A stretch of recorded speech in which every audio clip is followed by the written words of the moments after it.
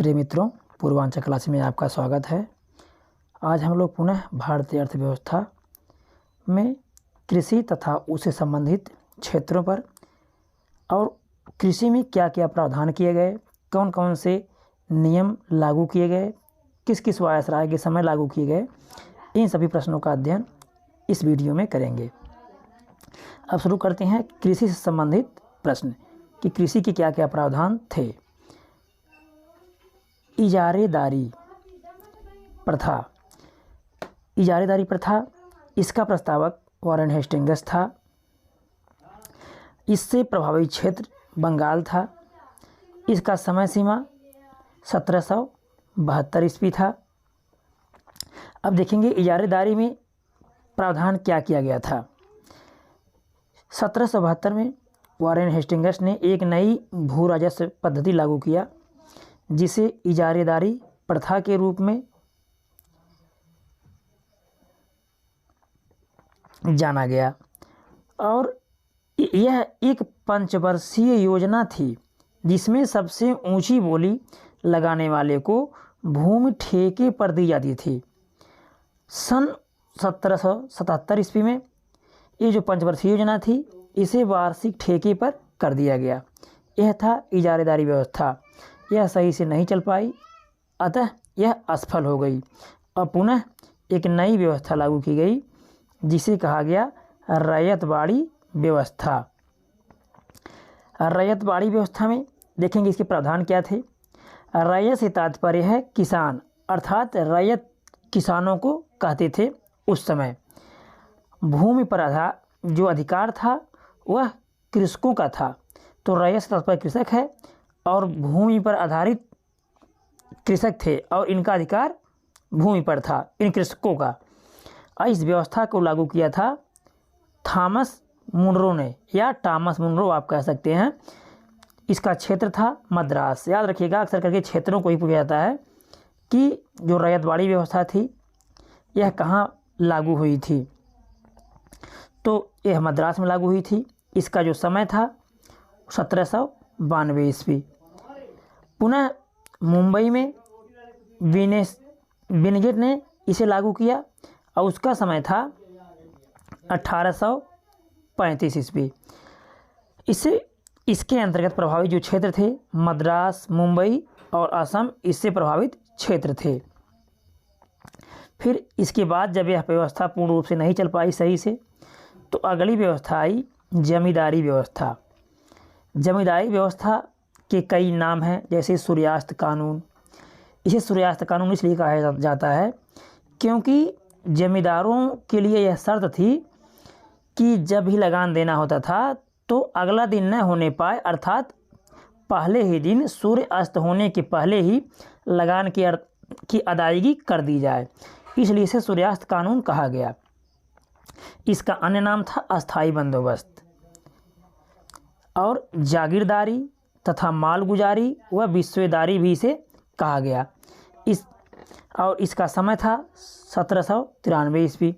इसे लागू किया था लॉर्ड कॉर्नवालिस ने, इसलिए कॉर्नवालिस को अस्थाई बंदोबस्त का जनक कहा जाता है। याद रखिएगा, ये बार बार पूछा जाने वाला प्रश्न है। कॉर्नवालिस को अस्थाई बंदोबस्त का जनक कहा जाता है। अब देखेंगे कि जो सूर्यास्त कानून या अस्थाई बंदोबस्त लागू करने के तरीके या नियम बताए थे, या सलाहकार इसे हम कह सकते हैं, वह थे जेम्स ग्रांट एवं सर जॉन शोर। इन्होंने इसे प्रतिपादित करने के लिए सुझाव दिया था।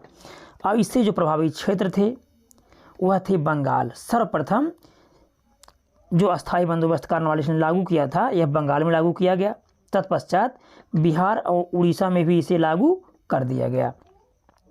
अब देखेंगे हम, तो सर्वप्रथम बंगाल में लागू हुआ, बिहार में, उड़ीसा में लागू हुआ। उसके पश्चात उत्तर प्रदेश के बनारस खंड में एवं उत्तरी कर्नाटक में इसे लागू किया गया। ठीक। और इसके अंतर्गत जो भूमि थी यह 19% भूमि आच्छादित थी, यानी पूरे भारत के 19% भूभाग पर इसको लागू किया गया था। यानी मान लिया जाए कि इससे आच्छादित जो क्षेत्र था पूरे भारत का वह 19% आच्छादित था इस अधिनियम के या इस अधिकार के तहत। मालगुजारी किसानों से वसूले गए लगान का भाग होता है और इसका जो भाग था मालगुजारी का सरकारी कोष अर्थात जो जमींदार को कर देना होता था वह किसान से वसूलने के बाद जो उनके पास आता था उसमें से 10/11 भाग सरकारी कोष में जमा करते थे और 1/11 भाग अपने पास जमींदार रखते थे। यह व्यवस्था भी सही से नहीं चल पाई। इसके बाद अगली व्यवस्था जो आई वह महालवाड़ी व्यवस्था कहलाई। इसका प्रस्तावक था हाल्ट मैकेंजी और इसके अंतर्गत जो भूमि आई वह भूमि थी 30%, यानी पूरे भारतीय भूभाग के 30% भूमि इससे आच्छादित थी, यानी महालवाड़ी व्यवस्था से आच्छादित थी। और इसका जो क्षेत्र था उत्तर प्रदेश, याद रखिएगा ये बहुत बार पूछने वाले प्रश्न है, किससे प्रभावित क्षेत्र कहाँ कहाँ था, तो उत्तर प्रदेश, मध्य प्रांत अर्थात जो वर्तमान समय मध्य प्रदेश बना हुआ है, यह पहले मध्य प्रांत के नाम से जाना जाता था, एवं पंजाब में यह व्यवस्था लागू थी। और मालगुजारी अर्थात जो कर था या जो टैक्स था वह कितना दिया जाता था, यह उत्पादन का 80% भाग होता था। यह लॉर्ड विलियम बेंटिक के समय में अर्थात लॉर्ड विलियम बेंटिक 1828 से 1835 ईस्वी के बीच था और 1833 के अधिनियम के तहत यह भारत का प्रथम गवर्नर जनरल बना था। तो इसके समय में यह आया था और उस समय जो मालगुजारी था वह 66% था। याद रखिएगा पहली बार जब ये लागू हुआ था, हाल्ट मैकेंजी ने जब लागू किया था इसे, तो इसके अंतर्गत 80% क्षेत्र आता था, लेकिन बाद में विलियम बेंटिक के समय में इसे 66% कर दिया गया और डलहौजी के समय में जो कि 1848 से लेकर के 1856 ईस्वी के बीच में था, इसी के समय में चार्ल्स वुड का डिस्पैच जिसे शिक्षा का मैग्ना कार्टा कहा जाता है पास हुआ। इसी के समय पहली रेलगाड़ी चलाई गई, डाक तार चलाए गए, पहली बार ट्रेन चलाई गई 1853 में। तो इसके समय में टैक्स को घटा करके 50% कर दिया गया, यानी 80% पुनः 66% पुनः 50% इसे कर दिया गया था। इस व्यवस्था में देखिएगा अभी कि महालवाड़ी व्यवस्था क्या थी। इस व्यवस्था में भूमि राजस्व बंदोबस्त कंपनी ने एक गांव को महल या महाल, जिसे महल या महाल कहा जाता है, महल या महाल मानकर गांव के मुखिया के साथ समझौता किया। गांव के मुखिया को नंबरदार कहा जाता था, जिसका कार्य गांव से लगान वसूल कर कंपनी को देना था। और गांव को महाल कहे जाने के कारण इस व्यवस्था का नाम महालवाड़ी पड़ा। याद रखिएगा इसमें एक गांव या कई गांव भी सम्मिलित हो सकते थे और मुखिया एक या दो लोग भी हो सकते थे और यह सब लोग कर या मालगुजारी को वसूल कर सरकारी खजाने में जमा करते थे। इस व्यवस्था की अवधारणा सर्वप्रथम हाल्ट मैकेंजी ने दी थी और जो इसका नाम था महालवाड़ी 1819 ईस्वी में हाल्ट मैकेंजी द्वारा दिया गया और 1822 के रेगुलेशन के अनुसार कुल भूभाग का 95% निश्चित किया गया था कि 95% भूभाग पर इसका विस्तार होना चाहिए। अब कुछ देखेंगे विशेष प्रश्नों को जो अर्थशास्त्र या आर्थिकी पर आधारित प्रश्न है।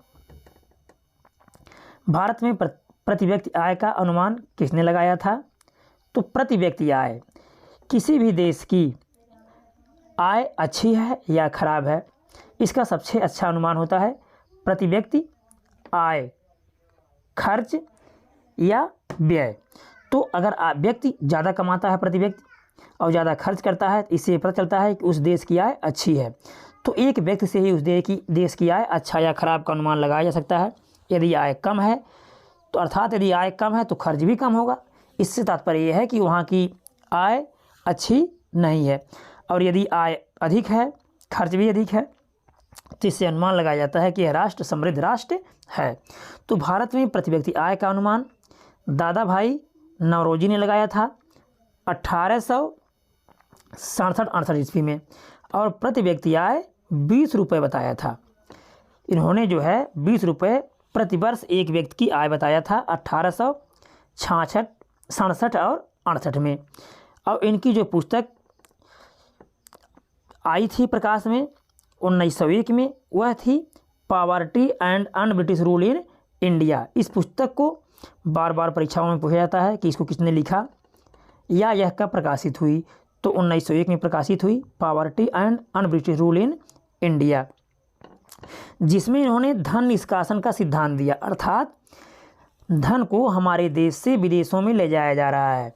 अब ये ले जाए जाने का कई तरीके थे, जैसे किसानों से सस्ते मूल्यों पर सामान को खरीद लेना, और उदाहरण के लिए काटन को भारत से ले जाना, नील को भारत से ले जाना और पुनः यूरोपीय मार्केट में माल तैयार करके पुनः भारतीय बाज़ारों में बेचना, पुनः पैसे को ले जाना यहाँ से। इस प्रकार से इसे धन निष्कासन का सिद्धांत नाम दिया कि कई प्रकार से मिलाकर के सभी धन यहाँ से विदेशों में चला जा रहा है। इसे अनिष्टों का अनिष्ट कहा, अर्थात सबसे गिरा हुआ, सबसे नीच प्रक्रिया कहा दादा भाई नौरोजी ने। आगे देखेंगे, डाकू राज्य की उपमा किस कालखंड को प्रदान की गई। डाकू राज्य की उपमा, डाकू राज्य की उपमा 1765 से 1772 ईस्वी के बीच बंगाल में कहा गया, जब रॉबर्ट क्लाइव ने बंगाल में द्वैध शासन लागू किया था। द्वैध शासन अर्थात दोहरा शासन लागू किया था। इसके अंतर्गत लोगों पर कर के भार को बहुत ज़्यादा बढ़ा दिया गया था। के.एम. पडिक्कर द्वारा द्वैध शासन को डाकू राज्य की उपमा दी गई थी। और यह जो द्वैध शासन था बंगाल में 1772 ईस्वी में, 1772 में जब वारेन हेस्टिंग्स आया तो इन्होंने उसे समाप्त किया, क्योंकि 1772 में बंगाल में बहुत भीषण अकाल पड़ गया था और 1/3 जनसंख्या वहाँ की मर गई थी। उसके बावजूद कर में कोई परिवर्तन नहीं किया गया, जिससे वहाँ की जनता बहुत तबाह हो गई थी। अब जब वारेन हेस्टिंग्स आया 1772 में, तो ये जो बंगाल का द्वैध शासन था इसको इन्होंने क्या कर दिया, समाप्त कर दिया। याद रखिएगा 1772 में। बंगाल में सर्वाधिक भीषण एवं संहारक अकाल का काल कौन सा वर्ष था, यानी बहुत ही ज़्यादा भीषण एवं संहारक अर्थात नाश करने वाला अकाल का वर्ष कौन सा था, 1943। विश्व में सर्वप्रथम औद्योगिक क्रांति कहाँ शुरू हुई थी। तो विश्व में सर्वप्रथम औद्योगिक क्रांति इंग्लैंड में 1688 ईस्वी में हुई थी। इंग्लैंड के पश्चात उनके करीबी देशों में इंग्लैंड औद्योगिक क्रांति आई। तत्पश्चात धीरे धीरे संपूर्ण विश्व में उद्योगों का विस्तार हुआ, यानी यदि माना जाए तो सबसे पहले उद्योगों का विकास जो है वह इंग्लैंड में ही हुआ था। इंडिया डिवाइडेड किसकी रचना है। India divided doctor Rajendra Prasad की रचना है। याद रखिएगा, बार बार पूछे जाने वाला प्रश्न है ये इंडिया डिवाइडेड। इसकी रचना इन्होंने 1944 में अहमदनगर के किले में अपने 5 महीने के कारावास के दिनों में लिखा था और यह 1946 में प्रकाशित हुई थी। तिनकठिया प्रथा क्या था। तिनकठिया प्रथा था 3/20 भाग भूमि पर नील की खेती के लिए बाध्य करना। यह चंपारण जो कि बिहार में स्थित है में यूरोपीय व्यापारी भारतीय किसानों को 3/20 भाग भूमि पर नील की खेती करने के लिए बाध्य करते थे। यानी अर्थात यदि उनके पास 20 बीघा भूमि है तो इस 20 बीघा भूमि में से तीन बीघे भूमि पर नील की खेती करना अनिवार्य था। और नील की खेती में खर्च अधिक लगता था और उत्पादन कम होता था, लेकिन यूरोपीय व्यापारी अपने लाभ के लिए इस कार्य को करवाना चाहते थे, जिससे वहाँ के किसान बहुत परेशान थे। और इससे परेशान होकर के रामचंद्र शुक्ल किसान ने महात्मा गांधी से लखनऊ में मुलाकात की और महात्मा गांधी पुनः चंपारण आए और इनकी समस्याओं को सुलझाया। तो चंपारण जो सत्याग्रह था महात्मा गांधी का, सबसे सफल आंदोलन ही चंपारण सत्याग्रह ही था महात्मा गांधी का। इस प्रकार से तिनकठिया प्रथा जो थी इसको लेकर के किसानों की समस्याओं का समाधान महात्मा गांधी के माध्यम से हो गया। कमयौटी प्रथा क्या था। तो बिहार एवं उड़ीसा में कृषि दास के रूप में मालिकों द्वारा प्राप्त ऋण के बदले में जीवन भर इनकी सेवा करते थे। अर्थात जो बिहार एवं उड़ीसा के कृषि दास थे, यानी इन्हें कृषि दास कहा गया, ये मालिकों द्वारा ऋण लेते थे और उस ऋण के बदले में जीवन भर इनकी सेवा करते थे। इस प्रथा को कहा गया कमयौटिया प्रथा। भारत में डाक एवं तार विभाग की स्थापना किसके समय में हुई? डाक और तार विभाग की स्थापना, तो डाक एवं तार विभाग की स्थापना लॉर्ड डलहौजी के शासनकाल में हुई। और लॉर्ड डलहौजी का शासनकाल इसके पहले भी बताया गया आप लोगों की 1848 से लेकर के 1856 ईस्वी के बीच में था। और इसी समय पहली बार रेलगाड़ी भी चलाई गई थी। और चार्ल्स वुड का डिस्पैच अर्थात शिक्षा का मैग्ना कार्टा 1854 में इसी के समय में आया। और 3 प्रेसिडेंसी क्षेत्रों जैसे मुंबई, कोलकाता और मद्रास में एक एक विश्वविद्यालय की स्थापना की गई थी। 1854 ईस्वी में की गई थी, याद रखिएगा। तीनों प्रेसिडेंसियों में एक एक विश्वविद्यालय की स्थापना। किस वर्ष को जनसंख्या के इतिहास में महान विभाजक वर्ष कहा जाता है? महान विभाजक वर्ष कहा जाता है, अर्थात बांटने वाला वर्ष। 1921 को महान विभाजक वर्ष कहा जाता है। क्यों कहा जाता है, इसके कारण को देखेंगे। 1911 से लेकर के 1921 के बीच में जनसंख्या में ह्रास अर्थात हानि हुआ, जनसंख्या ऋणात्मक में आ गई। 0.31% जनसंख्या माइनस में चली गई इन 10 सालों के बीच में। उसके पश्चात क्या हुआ, 1921 के बाद जनसंख्या में तीव्र परिवर्तन हुआ। इस तीव्र परिवर्तन के कारण ही 1921 को भारतीय इतिहास में जनसंख्या की दृष्टि से महान विभाजक वर्ष कहा जाता है। भारत में पहली बार रेलवे का प्रारंभ कब हुआ? भारत में पहली बार रेलवे का प्रारंभ 16 अप्रैल 1853 को लॉर्ड डलहौजी के शासनकाल में हुआ था। याद रखिएगा, लॉर्ड डलहौजी के शासनकाल में। और यह रेलगाड़ी मुंबई से ठाणे के बीच चलाई गई थी। 34 किलोमीटर मार्ग था ये जिस पर वो ट्रेन चलाई गई थी।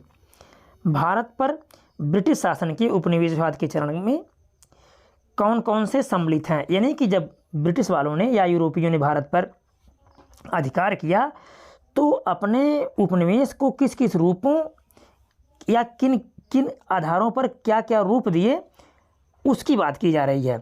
तो ब्रिटिश जो थे वो अपने शासन को 3 रूपों में कैसे संचालित कर रहे हैं इसको हम विस्तार से समझेंगे। पहला चरण था वाणिज्यिक उपनिवेशवाद 1757 से 1813 तक।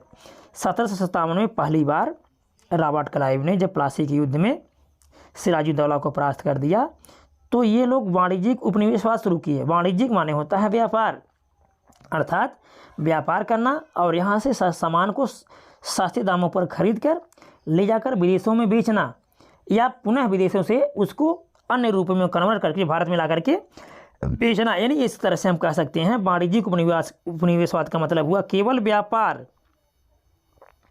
तो इनके व्यापार करने के तरीकों को कहा गया वाणिज्यिक उपनिवेशवाद। अब 1813 में क्या हुआ, जब कंपनी के व्यापारिक एकाधिकार को समाप्त कर दिया गया। हालांकि चाय और चीन यानी चीन के साथ एकाधिकार और भारत के चाय के साथ एकाधिकार तो बना था, लेकिन अन्य से एकाधिकार समाप्त कर दिया गया। तो जब इनका व्यापार से एकाधिकार समाप्त कर दिया गया तो ये समझ लीजिए एक तरह से निष्क्रिय हो गए कि अब हमारा एकाधिकार है नहीं। अब अन्य विदेशी भी भारत में व्यापार करने के लिए आने लगे। तो इन्होंने क्या किया, अब औद्योगिक उपनिवेशवाद शुरू किया, अर्थात उद्योगों की स्थापना करना और उद्योगों में धन लगाना। तो अब ये जब उद्योग की स्थापना करेंगे, उद्योगों में धन लगाएंगे तो उद्योगों से इनको लाभ होगा। तो इन लोगों ने इस नीति को अपनाया। अब पुनः 1858 में क्या हुआ, 1858 में जब महारानी विक्टोरिया ने भारत से ब्रिटिश की जो कंपनी थी ईस्ट इंडिया कंपनी की जो स्थापना हुई थी, इसको जब पूर्ण रूप से यहाँ से व्यापारिक और प्रशासनिक कार्यों को समाप्त कर दिया तो इनका ये जो उद्योग वाला कार्य था यह भी समाप्त हो गया। अब ये क्या किए, अब ये वित्तीय पूंजी, वित्तीय उपनिवेशवाद अर्थात अब ये धन लगाना शुरू कर दिए। सबसे पहले इन्होंने व्यापार करना शुरू किया, फिर उद्योग करना शुरू किया।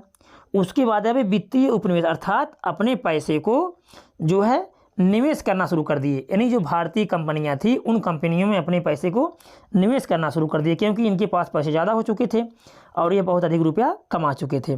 इस प्रकार 1858 से लेकर के यह प्रक्रिया कब तक चली, 1947 तक चली। तो इस प्रकार से देख लीजिए, आप समझ गए होंगे कि इसे 3 चरणों में किस प्रकार से बांटा गया। वाणिज्यिक उपनिवेशवाद 1757 से 1813, औद्योगिक उपनिवेशवाद 1813 से 1858, वित्तीय उपनिवेशवाद 1858 से 1947। आगे देखेंगे भारत में ददनी प्रथा क्या था। ददनी प्रथा तो ब्रिटिश व्यापारी भारतीय उत्पादकों, कारीगरों एवं शिल्पियों को अग्रिम रूप से धन देकर काम करवाते थे, अर्थात बहुत कम दामों पर पहले ही इनको धन दे देते थे और काम होने के बाद उसको सस्ते मूल्यों पर ले लेते थे। तो सस्ते मूल्यों पर लेने का मतलब ये हुआ, ये काम और मजदूरी उनको बहुत कम मिल पाती थी, जिससे यहाँ के जो भी भारतीय व्यापारी, चाहे वो किसान हुए या कारीगर हुए या शिल्पी पत्थर के काम करने वाले हुए, ये बहुत तबाह हो गए थे। तो इसे कहा गया ददनी प्रथा, यानी अग्रिम धन दे करके काम करवाना ददनी प्रथा कहलाया। मानव विकास सूचकांक की अवधारणा का विकास किसने प्रतिपादित किया था, यानी कि मानव विकास सूचकांक किसने पहली बार दिया था। तो मानव विकास जो है महबूब उल हक पाकिस्तान के थे और भारत के अमर्त्य सेन ने मानव विकास सूचकांक दिया। पहला मानव विकास सूचकांक रिपोर्ट 1990-91 में जारी किया गया था। मानव सूचकांक विकास में 3 प्रतिमानों को शामिल किया जाता है। याद रखिएगा, ये बार बार पूछे जाने वाला प्रश्न है कि कितने प्रतिमान हैं और वो कौन कौन से प्रतिमान हैं, या 4 विकल्प दिए जाते हैं कौन सा प्रतिमान इसमें सम्मिलित नहीं है, ऐसे प्रश्न बनते हैं।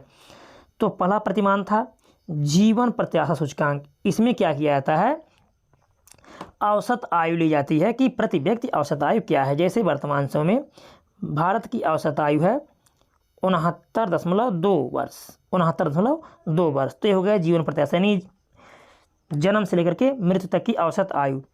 शिक्षा सूचकांक अर्थात प्रति व्यक्ति औसतन कितने दिन तक स्कूल जाता है या किस क्लास तक की पढ़ाई करता है, इसको कहा गया शिक्षा सूचकांक। और आय सूचकांक अर्थात प्रति व्यक्ति आय कितनी है और उसके स्रोत क्या क्या हैं। इस प्रकार से जीवन प्रत्याशा, शिक्षा और आय, इन तीनों चीज़ों को मानव विकास सूचकांक में सम्मिलित किया जाता है। अब देखेंगे भारत में सर्वप्रथम उद्योगों की स्थापना कौन कौन सी हुई और वह उद्योग कौन कौन से हैं और कहाँ कहाँ लगाए गए।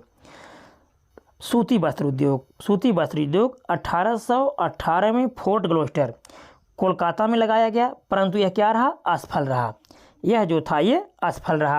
अब पहला सफल कारखाना 1854 ईस्वी में मुंबई में आधुनिक रूप से लगाया गया, यह सफल कारखाना था। इसको लगाने वाला कौन था, 1854 में बॉम्बे स्पिनिंग एंड वीविंग द्वारा स्थानीय पारसी उद्यमी द्वारा इसे लगाया गया था। स्थानीय अर्थात मुंबई के पारसी उद्यमी या व्यवसायी थे और उन्हीं के सहयोग से 1854 में जो है आधुनिक कारखाना लगाया गया था। याद रखिएगा। तो पहला यदि पूछ लिया जाए प्रश्न तो हो जाएगा आपका 1818 और सफल कारखाना जो है वह 1854 में लगाया गया। कागज़ मिल। तो कागज़ मिल 1832 में श्रीरामपुर पश्चिम बंगाल में लगाई गई। चीनी उद्योग 1840 में बेतिया बिहार में लगाया गया। सीमेंट उद्योग 1854 में चेन्नई में लगाया गया। जूट उद्योग 1859 ईस्वी में रिसरा पश्चिम बंगाल में लगाया गया। लोहा इस्पात उद्योग 1870 में कुल्टी यह पश्चिम बंगाल में स्थित है, यहाँ पर लगाया गया। ऊनी वस्त्र उद्योग सबसे पहले 1876 में कानपुर अर्थात उत्तर प्रदेश में लगाया गया। कृत्रिम रेशा रेयान 1920 में त्रावणकोर, यह कहाँ पर है, केरल में है। तो कृत्रिम रेशा रेयान 1920 में त्रावणकोर अर्थात केरल में लगाया गया। पहला एल्युमिनियम कारखाना 1937 में JK नगर पश्चिम बंगाल में लगाया गया था। ये थे सब भारत के जो क्रम से लगाए गए उद्योग थे। तो वीडियो अच्छा लगा होगा तो लाइक कीजिएगा, सब्सक्राइब कीजिएगा, दोस्तों को शेयर कीजिएगा। धन्यवाद।